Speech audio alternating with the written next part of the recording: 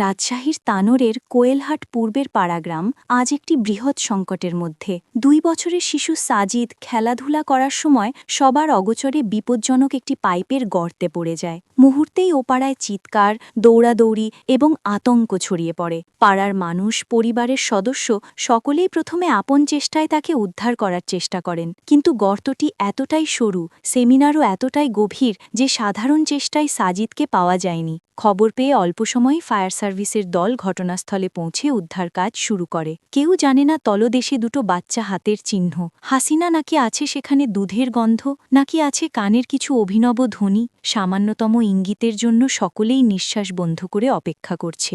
ঘণ্টা পেরিয়ে ঘণ্টা উদ্ধার কার্য চলছে, তবুও সাজিদের কোনো চিহ্ন মিলছিল না। ফায়ার সার্ভিস দল বিশেষ যন্ত্র দিয়ে গর্তের ভিতরে ক্যামেরা পাঠায়, তবুও কোনো ক্লু পায় নাই। একটি শিশু কোনো এক স্থানে পড়ে থেকে যখন ঘণ্টার পর ঘণ্টা অদৃশ্য অবস্থায় করছে, তখন আশেপাশের মানুষের মধ্যে একটি জটিল মানসিক চাপ যোগ হয়েছে। মায়ের চিৎকার চারদিক কাঁপিয়ে দেয়, বাবার নীরব দাঁড়িয়ে থাকা, এসব দৃশ্য দেখে স্বাভাবিক মনের মানুষের চোখেও চলে আসছে পানি। গ্রাম জুড়ে ছড়িয়ে পড়েছে বুক ফাটা কান্না। মানুষ রাত দিন থেকে দাঁড়িয়ে আছে, তবুও সরেনি, কারণ সকলের একটি মাত্রই প্রার্থনা, সাজিদ জীবিত ফিরে আসুক।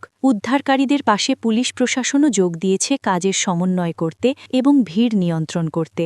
গর্তের পাশে ভাঙাচোরা বালি জমে কাছে আসতে পারে না এমন আশঙ্কায় আরেক দিক দিয়ে খনন চলছে। হাতে নাতরোজ, বড় ড্রিল মেশিন, সকল ধরনের প্রযুক্তি ব্যবহার করা হচ্ছে, কিন্তু গর্ত গভীর এবং সরু থাকায় প্রতিটি মুহূর্তে মাত্রা বাড়ছে জটিলতা। মাঝে মাঝে ফায়ার সার্ভিস কর্মীরা যন্ত্র থেকে নিচে একটি ছোট কর্কশ ধ্বনি শোনেন। কেউ কেউ ভাবেন হয়তো সেটা শিশুটির, আবার পরক্ষণেই সব থেমে যায়। এভাবে অনিশ্চয়তার মধ্যে কাটছে এক একটি মিনিট, আর প্রতি মিনিট মানুষের হৃদয়ে ঘাত করছে আরও বেশি। এদিকে স্থানীয় স্বয়ংসেবকরা আসবাচ্ছেন পানি, প্রয়োজনীয় খাবার এবং আলোর ব্যবস্থা, কারণ রাত দিন কেউই স্থানটি ছাড়তে চায় না। মসজিদে মসজিদে দোয়া চলছে, বাড়ি বাড়ি মোমবাতি জ্বলছে। সোশ্যাল মিডিয়া পূর্ণ হয়ে গেছে একটাই শিরোনামে, শিশু সাজিদকে ফিরে আনো। বাংলাদেশময় মানুষের মধ্যে একটি ভয়, একটি আতঙ্ক, যেন সাজিদের মাধ্যমে প্রত্যেক পিতামাতা অনুভব করছেন নিজ শিশুর ঝুঁকি, যেন এটি মানবতার এক কঠিন পরীক্ষা। উদ্ধারকারীদের মতো এলাকাবাসীও নিঃশেষ চিত্তে দাঁড়িয়ে আছে।